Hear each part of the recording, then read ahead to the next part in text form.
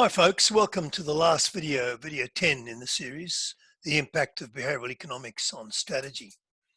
So while this is not directly related to scenario planning, it is very clearly related to the way we do our strategic thinking, and as such, you will probably find it useful to think about some of these insights as you put together the future strategy. Both for the syndicate assignment as well as your individual assignment, and indeed even just for your general understanding about strategy. So behavioral economics has had a profound impact on the way we think about business strategy and business economics. I know I studied classical economics for a number of years, some 10 years or so, and I'm finding that so many of the underlying assumptions that form the basis of economics are now being seriously doubted, and in some instances are actually quite untrue. And as a result, I think it's important to understand the impact that this really has on our understanding of economics and indeed of strategy. So let's get right into it and talk about the content then of video 10, which is the impact of behavioral economics on strategy. Now, we're only going to be dealing with two real issues at this point in time. The insights directly from behavioral economics and some common myths which we now are aware of that exist in decision making, and these have come directly from the insights of behavioral economics. So you will know, many of you, that behavioral economics is a fusion, if you will, of economics and psychology. And it really came about as a number of psychologists some 20, 30 years ago began delving into some of the classical economics theories about how markets worked, how people made decisions, and how people really run their lives, and found that a number of these traditional assumptions, underpinning assumptions, were incorrect. In particular, that human beings are rational and that we all seek to maximize our utility in making decisions. A lot of these have been shown to be invalid and lead one to inaccurate conclusions when thinking about strategy. So what I'd like to do is I'd like to really just explore very quickly three areas in which these insights are helpful. Firstly, in understanding how markets really work, rather than how the classical economists perhaps predicted they would work. How people make decisions, and some of this has already been discussed in our earlier conversations about the brain and decision making. The fact that we tend to use association and tend to use a number of heuristics, which are these rules of thumb, which offer shortcuts and fast ways of actually making decisions. And indeed, as we said, some of these are in fact necessary for our progress as human beings, our ability to have saved a lot of cognitive energy and apply it to really significant problems rather than just in the day-to-day navigation of our way through life. And then finally, how people manage themselves, some interesting insights about what really works in terms of how you seek to manage yourself and change your own behavior. So dealing with how markets really work, I think we need to understand that a lot of the forces which are thought to really be created by marketplaces, a lot of them are actually all based on perceptions rather than on reality. So the first one, for example, is that price expectations being set by anchoring. So if you're out looking to buy a car or to buy a house, and as you enter the showroom, the salesperson says to you, cars of this quality are normally priced at around, choose a number, $100. Then that becomes an anchoring point for you. And if you're shown a really nice car that you like and told, and this one is on offer for $90, immediately you think that, oh my goodness, I've got a bargain.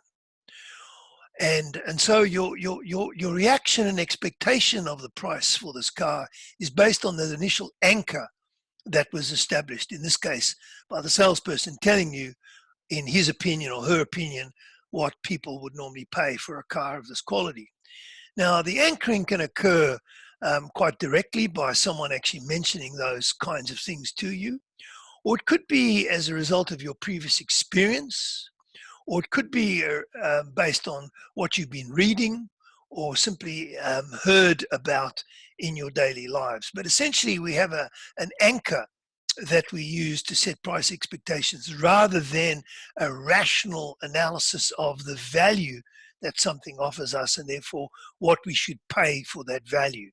Those kind of rational assumptions are not entirely valid. We tend to have our expectations set by anchoring. You know, another way that anchoring kind of works is if something is branded in a particular way, that brand has created some expectation for you already. And if it's a premium brand, you already expect to pay a higher price because of the anchoring effects of that brand rather than the actual value of the object or service itself. The second issue is really around the distinction between social norms and market norms. Social norms are really what people believe in they should be doing as a result of what they think of themselves and as a result of what they believe society expects from them. Whereas market norms are really the kind of relationship you have between being paid so much and doing so much for that pay. So for example, what we know is that people will tend to work for nothing in certain instances, but will not work to do that same work if they're actually offered a low wage. So if you asked a lawyer to do some pro bono work for a cause that he or she believed in, that was really important, you know, that lawyer would actually do that work for nothing. But if you asked the lawyer to perhaps do that work and paid them, say, 25% of their normal fee, they may well refuse. So social norms are very powerful. They're the kind of norms that really relate to us as human beings and our values and what we believe we should be doing. But market norms introduce a much more transactional way of thinking about what you're doing. And so one of the things that we're aware of is that if social norms exist in a situation, you're more than likely to kind of put in more effort than you might otherwise have put in. Whereas if they start introducing a rate for the amount of work that should be done, you're very unlikely to do more work than that pay will actually remunerate you for. And the thing that's really powerful is as soon as you start introducing a market norm, a pay for work, offer into a work situation, that becomes more powerful and it destroys the social norm. So social norms will get more out of you, but as soon as you introduce a market norm, that destroys that social norm, and then you become very much more mercenary. Then you say, well, look, I'm only being paid for 5 hours work. There's no ways I'm going to do 6 hours work. Whereas the lawyer who's actually doing pro bono work will probably spend much more time on that because they believe in the cause, even though it may take longer than what they normally would have done. So social norms are very powerful, but they can be destroyed by market norms. And lastly, the magic of zero. Now, what we know is that the difference between 0 and 1 is 1, and 1 and 2 is 1. So if an item is discounted from $2 to $1, you might think, well, it's not going to really kind of entice me to buy it because I don't really want it. But if it's free, i.e. if it's reduced from $1 to $0, which is still the same discount of $1, all of a sudden you kind of think, well, there's nothing to be lost here. I may as well just take this. So zero has got a magical kind of connotation to it. So if you're looking to discount and you're going from a low price to an even lower price, you may be better off actually just making it zero, because zero has a magical power. People think, well, if it's for free, I'll definitely try it. I'll definitely take it because it's not going to kind of have any downside. Even though if you simply say to them, you can have it for $1, that's fairly small amount of money. They may say, well, no, I don't really want it. So the zero's got a magical kind of quality to it, which is much, much more than the difference between 1 and 0 as between 2 and 1. So it's all about perceptions and the way that markets really work. Now, in terms of how people make decisions, that depends very much on your feelings and emotions. We've already spoken about the IKEA effect in a previous video, and that's really about the decision you make when you've actually put a lot of effort into something.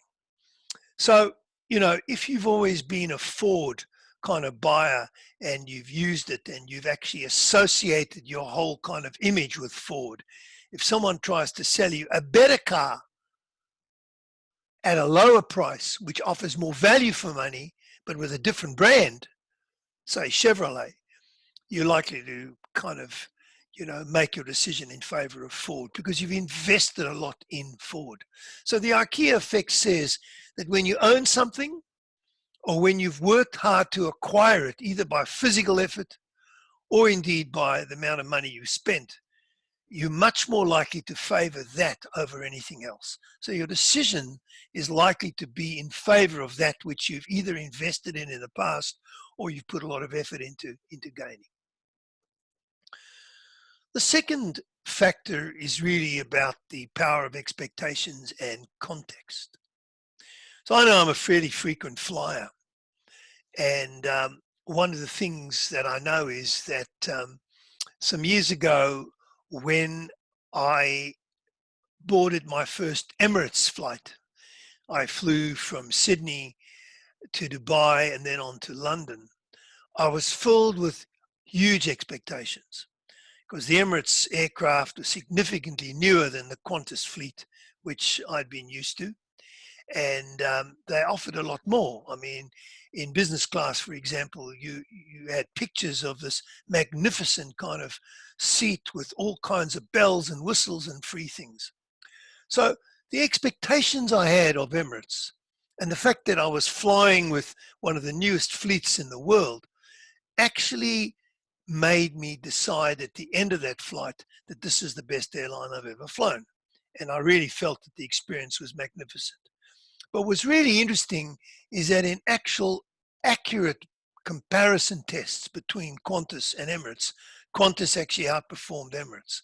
But my expectations were so great and the context of that brand was so great and powerful that it really influenced my decisions. So you all know the story about the bottles of wine. You don't only experience the quality of the wine by the taste. You actually experience the quality of the wine by the label that you see on it, because the label on it does two things. One is it creates an image that that you kind of can identify with. So if it's an expensive bottle of wine, immediately you kind of think, well, this is a better bottle of wine. And secondly, the brand may be associated with really award-winning wines, so you tend, as a result, to experience a better taste from that wine. Whereas in the blind taste test, you might come up with a completely different kind of answer. So blind taste tests are not actually good indications of what people will buy and what they prefer, because you buy the entire brand as part of the expectations and context, as part of the total experience. And thirdly is the so-called theory of relativity. And there's an interesting story about this. A very wealthy man was once asked why he drove a very old and cheap Toyota. Not that there's anything wrong with Toyota. But he was asked why, for example, he didn't buy the Porsche Boxster that he was seen in the showroom looking at the other day. And he said, I don't want to live the life of a Boxster driver. They said, what do you mean? He said, well, if I buy a Boxster, every time I see a 911 Porsche go past, I'll say to myself, I wish I'd really bought a Porsche 911. And if he goes and buys a Porsche 911, Every time he sees a Ferrari going past, he'll think, God, I should have really bought a Ferrari, and so on and so on. So in a sense, we make our decisions based on the relative value that we perceive of one thing over another. And so, in a way, we might make a decision on the car we buy because it is better than our next door neighbors, or because it is better than the last one we had, or because it is something which we feel befits our new status after being promoted. So it's all about relativity rather than the true value of what the article is. So it really depends on your feelings. And the third one is really an area that I like myself, and that is that people manage themselves in ways differently to what I guess we might have expected. The first thing that we know is that when somebody holds a stereotype, pure facts cannot persuade them to change their mind. So let's return to our old situation of a Ford versus a Chev. If you're a dyed-in-the-wool Ford buyer, no matter how much information you're given about how good a Chev is, it's not going to change your mind. It cannot persuade you. In a sense, if you have a stereotype about Fords, which are the best cars in the world, they're the most reliable, they really are, they represent me and who I stand for, that's an emotional attachment you have. And the emotional attachment, which is a stereotype you hold about the brand and you, cannot be persuaded by facts. So if you find somebody is incredibly loyal to something or is particularly anti something else, let's say, I hate people with red hair because all the red-haired people I've ever met in my life were cheats and are lazy and really not to be trusted. That's a stereotype. Facts about red-haired people are not going to change their mind because they're dealing with an emotional experience and you providing a rational experience. They just won't connect at all and make any difference. So you need to find an emotional basis to counter the emotional attachment that the person has. The second one is that rules are more powerful than self-control. So you might decide that what you're going to do is you want to become fit. So you say to yourself, well, you know what, I'm going to wake up every single morning at 6 o'clock and I'm going to go to the gym and I'm going to exercise for an hour before I get ready to go to work. That's relying on self-control. Dieting is another good example of an attempt to use self-control. We know that self-control is not as good as the rules and the system that you put in place. So for example, let's go back to the gym one. Let's assume that your ability to clock in for work and get paid is based on you providing proof that you have been to the gym that morning. That's going to be a far more powerful way of getting you to go to the gym every day. Because otherwise you're going to say, well, yeah, I know I should get up early this morning, but it's really raining and cold and I don't really want to. And look, I'm feeling a bit tired this morning. I don't really want to get up, or, I've got a really early start this morning, so I don't have time to do a good workout at gym. Those are about self-control. That's about intentions and will. But rules and systems and processes are much more powerful. So put in place a system which you can't break, a rule, a system, a control, which is much more powerful than your self-control or your will to do something. We see that in all aspects of our lives, which is why something like Weight Watchers works so well, because you know that when you get to your Weight Watchers meeting at the end of the week and you get on that scale and you have not actually lost that weight, you're going to be ridiculed and it's going to cost you more money because they make you pay a fine. So those rules are much more powerful than simply saying, I'm going to go on a diet. And the final one is that price has got a placebo effect. What that means is that if you walk into a bottle shop and you want to buy a bottle of whiskey to take to a friend and you don't know much about whiskey, guess what you're going to rely on? The price. If something costs $75 and something costs $100, chances are you're going to think that the $100 whiskey is better than the $75 whiskey, because price has got this placebo effect, which gives you false information, but it signals to you that this is better. So you can't really trust yourself to measure the value in all situations. It's generally we use price as a placebo, as some kind of indicative kind of message about how good it is. All right, very quickly then, I'm going to run through 5 major myths in decision making, which really come from an understanding of behavioral economics. These are the 5, and I'll run through each one of them in turn. The first myth is that if you're making a decision and you want to make a good decision, you're better off collecting the most amount of information you can and keep your options open until the very last minute. That's going to be the best way you make that decision. The problem is that it actually doesn't allow you to make a good decision because it causes so much confusion and so much loss of focus that you sometimes can't make a decision at all, or wait too long to make the decision, or make the wrong decision because you just don't have time to kind of go through and weigh up all the options. So, think about going into a restaurant and having a menu with like 30 pages and there are 15 items on each page. At the end of the day, there's just too many choices. So you may want to go through each item on the menu and really figure out what you want, but it's just going to cause you confusion and a loss of focus.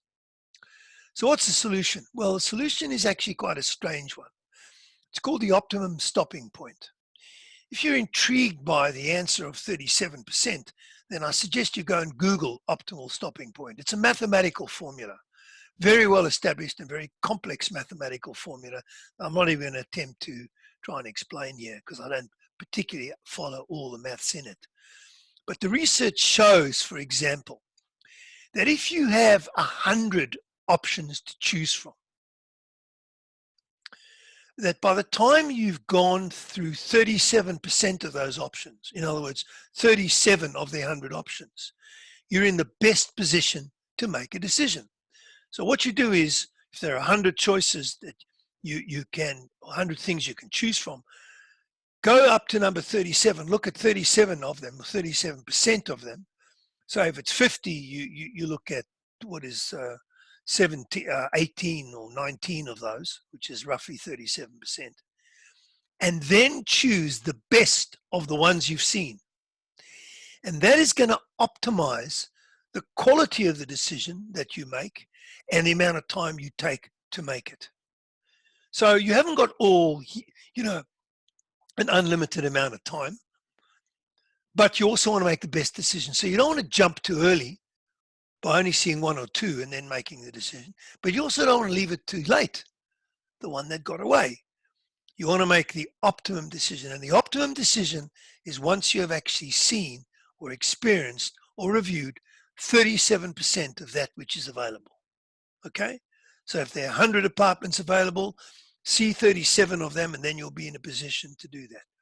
Or if there are 10 apartments available, 37% is roughly 4 of them. After the 4th apartment, that's the optimum position that you're in to choose the best one from what you've seen and to do that, make that decision in the right amount of time. So that's the myth of maximum information and keeping options open. Second one is interesting. We believe that experts know best, but here's the evidence. The research from the behavioral economists suggests that on a consistent basis, experts ignore their own rules and guidelines. They may know the best way to identify a tumor, or they may have the best knowledge of identifying a cancerous tumor from a scan.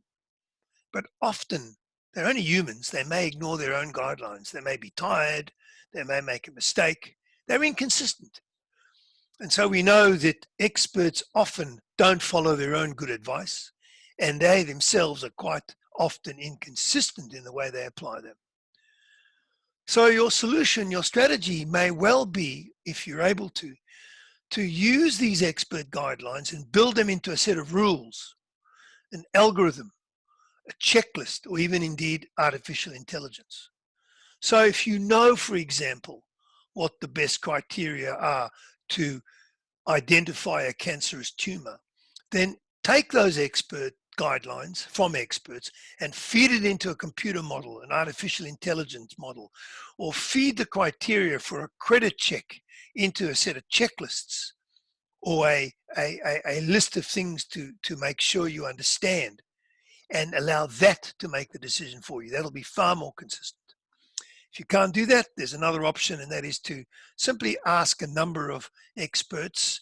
And of course, they won't entirely agree. Find a pattern that kind of seems to represent what they're saying, and then make your decision based on that. So experts may know best, but they don't always follow best practice. The law of averages is a favorite of mine. Think about flipping a coin. So you playing a game. There's a game in Australia called Two Up where you bet money on which way the coin's going to land. You actually use two coins. But essentially it's about a game of calling heads or tails and winning if you call correctly and losing if you call incorrectly. Now you might think that after 6 or 7 flips of the coin it lands every time on heads. You might think after 6 or 7 heads it has to be a tails. And so you bet heavily on tails. But the mistake you're making is that you're thinking that the event, i.e. the coin, has a memory of how it landed last. It doesn't. And so we have these old-fashioned beliefs like the law of averages, or things like lightning doesn't strike twice in the same place. So we think if lightning has struck once there, we can go and stand there because it won't strike again. Well, lightning has got no memory. The coin has got no memory. The roulette wheel in a casino has no memory. The hand of cards that you get dealt with in a poker game or blackjack game has no memory of the last way in which the cards were dealt. So the law of averages doesn't apply. So what you should do, you should actually recognize that these old-fashioned beliefs that you hold are like sunk costs. Move on from them and hold your views lightly. And so when we say rent rather than buy, it means rent your view rather than buy your view. Because if you rent it, like renting an apartment, it's easy to move from your apartment, but if you've bought it, it's more difficult to move. So rent your views rather than buy your views. Rent them simply means you hold them lightly, and in the light of new evidence, you're prepared to change them. That's the law of averages. A popular one is the fact that we can use our intuition in situations where we have complex and uncertain problems and challenges. Now, you might remember we had a look at some of this when we looked at the heuristics and the way the brain worked. Now, we know that heuristics and intuition is much faster and easy to use, and it makes the assumption that we can use best practice. So, for example, if someone says to you, well, the way that drivers normally behave is this way, so you can assume that the best practice is to go that way if you don't want to have an accident. Well, the problem with that is that you're assuming you can use best practice in those situations. The reality is we know that intuition, which is this gut feel, can only be used in 3 circumstances. So intuition is useful, but only in 3 circumstances, or gut feel is only useful under 3 conditions. 1, where you are a recognized expert in that field. So if you are a chess master or a chess champion, if you're the champion of the world in chess, I think it's fairly safe for you to actually trust your intuition about which way to make a move on the chessboard, because you've had that much experience and you've been recognized for being an expert. The second time or second condition under which you can use intuition is where the system in which you are working has got regular patterns. So for example, if you work in software development, you know that there's a regular pattern whereby software is actually developed and worked. So if you know that the system has got regular patterns in it, the chances are you can actually use your intuition, because there is a notion of best practice in that sort of environment. And the last condition under which you can be trusting your gut feel, or you can trust your intuition, is where you get immediate feedback. So the example I always think about and smile is, imagine if you're a bomb disposal expert. It's kind of one of those jobs where you get immediate feedback, isn't it? Because if you make a mistake disposing of a bomb or diffusing the bomb and it explodes, well, you've got immediate feedback that that didn't work. So if you can get immediate feedback and you've done it often enough, chances are you've probably got a good gut feel about it. So intuition is not the best in complex and uncertain situations, except where you are a recognized expert like a chess master, the system has regular patterns like a software development person or software development situation, and thirdly, where you can get immediate feedback like a bomb disposal expert. And finally, the fact that humans make rational decisions, that's a myth. Well, we know that they don't. We know that they use heuristics or they use association in making decisions. And the problem with that is that those are not always rational. They're based, as we saw earlier in some of the insights from behavioral economics, on all kinds of things like placebo effects, like anchoring and so on. So I've mentioned again 3 key heuristics that you need to be watching out for, and put some checks and balances in place to make sure that you're not falling into these traps. The first one is the availability heuristics. So let's assume you saw a movie where someone solved a puzzle in a particular way. Then that's available to you, that memory, because it's easily accessible. It's something you've just experienced recently. Or if you've done something recently which has had a good outcome, let's assume you were asked to make a decision about something and it had a good outcome. Then you kind of think to yourself, well, that was a great decision. And so that decision is then available in your head and easily accessible. So you use that same approach because it is available. So people, we find, often make decisions based on that information which is available. Now, it may not be the best information they've ever had, but it's the one that is most easily accessible that they simply grab onto and use.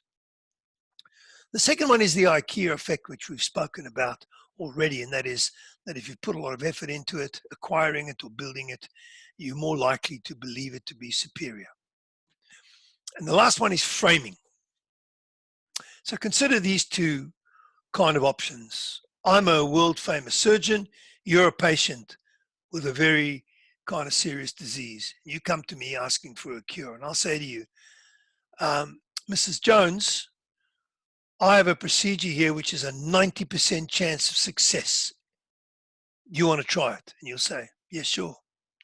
But if I say to you, Mrs. Jones, I have a procedure here which has a 10% chance of you dying, you probably say no. Now, what's the difference?